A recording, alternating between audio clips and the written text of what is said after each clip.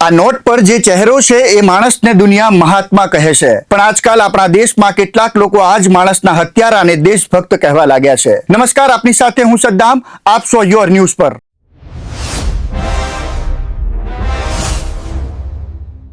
કલ્પના કરો, એક માણસ જે દુનિયાને અહિંસાનો પાઠ શીખવે, એક માણસ જેના કારણે બ્રિટિશ સામ્રાજ્યને ભારત છોડવું પડે, અને એ જ માણસને ગોળી મારીને મારી નાખનારને આજે કેટલાક લોકો દેશભક્ત કહે. વાત છે સુરતની, કે જ્યાં સિટી લાઇટ વિસ્તારમાં સુરક્ષિત ભારત કાર્યક્રમ યોજાનાર હતો. જો કે આ કાર્યક્રમમાં નાથુરામ ગોડસેના વંશજને આમંત્રણ આપવામાં આવ્યું હતું. કાર્યક્રમના પ્રચાર માટે સુરતના અનેક મુખ્ય માર્ગો પર મોટા હોર્ડિંગ્સ પણ લગાવવામાં આવ્યા હતા.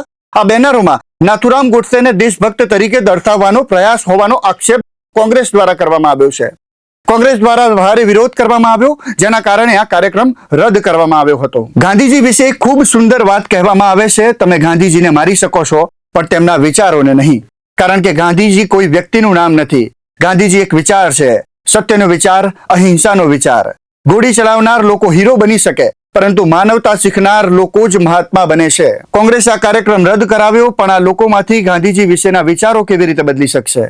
કોંગ્રેસના નેતાએ બાબતે શું કહ્યું, આવો જોઈએ. સુરત શહેર કોંગ્રેસ પ્રમુખ, સુરત શહેરની અંદર મહાત્મા ગાંધીના હત્યારા ભારતના પહેલા આતંકવાદીના ગુણગાન ગાવા માટેનો કાર્યક્રમનું આયોજન હતું.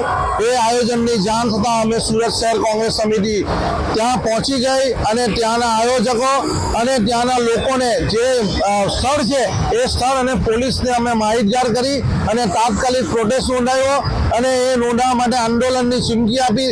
એ કારણસર તાત્કાલિક ત્યાંના સ્થળના લોકોને પણ નહીં ખબર હતી કે આવી પ્રવૃત્તિ થવાની નહીં. તેઓએ તાત્કાલિક એમનો કાર્યક્રમ રદ કરી, પોલીસ પરમિશન પણ રદ થઈ ગઈ અને જે રીતે મહાત્મા ગાંધીને વંદન કરવાનું થાય, આપણા રાષ્ટ્રપિતા મહાત્મા ગાંધીને, એ રીતે એ કાર્યક્રમ અમે તાત્કાલિક રદ કરાવ્યો. ગાંધીજી કોણ હતા?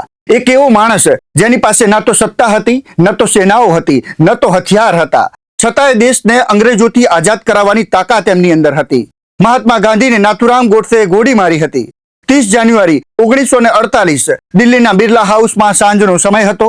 મહાત્મા ગાંધી પ્રાર્થના માટે જઈ રહ્યા હતા, ત્યારે એક વ્યક્તિ આગળ આવ્યો, હાથ જોડ્યા અને અચાનક 3 ગોળી ચલાવી.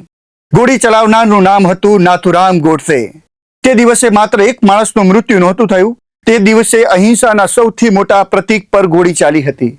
આ મામલે તમારું શું કહેવું છે? કોમેન્ટ જરૂર કરજો.